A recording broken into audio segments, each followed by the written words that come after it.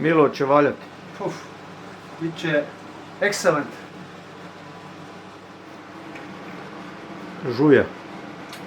Zlatni pan. Najbolja.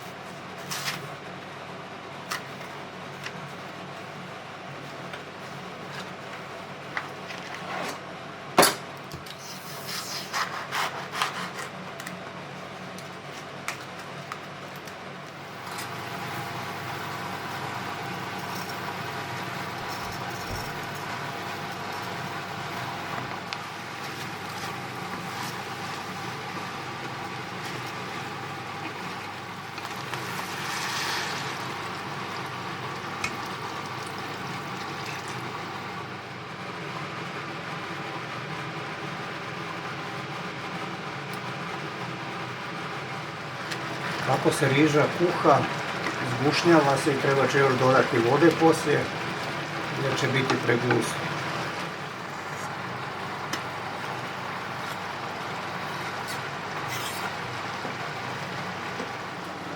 Ja ću malo ovo promiješati.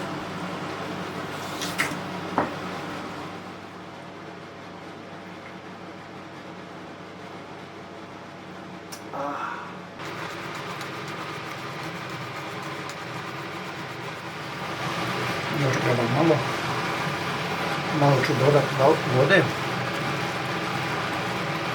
da umekša i onda je gotovo.